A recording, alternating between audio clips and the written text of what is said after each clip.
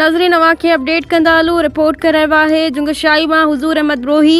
All Sindh education department lower staff association Sindh जे election जो सिलसिलो समूरी सिंध अंदर आइनी तौर जारी ऐं सारी है, जंहिंजे तसलसल में तालके ठटे ते भिटाई पैनल तरफ़ां नॉमिनेशन फॉर्म मुनीर ब्रोही, निसार ख़ासकिली, गुलाम जिलानी ब्रोही जिन जी अॻुवाणी में वसूल कया विया। फॉर्म वसूल करण जी तारीख़ 18 जनवरी 2026 मुक़ररु थियल हुई।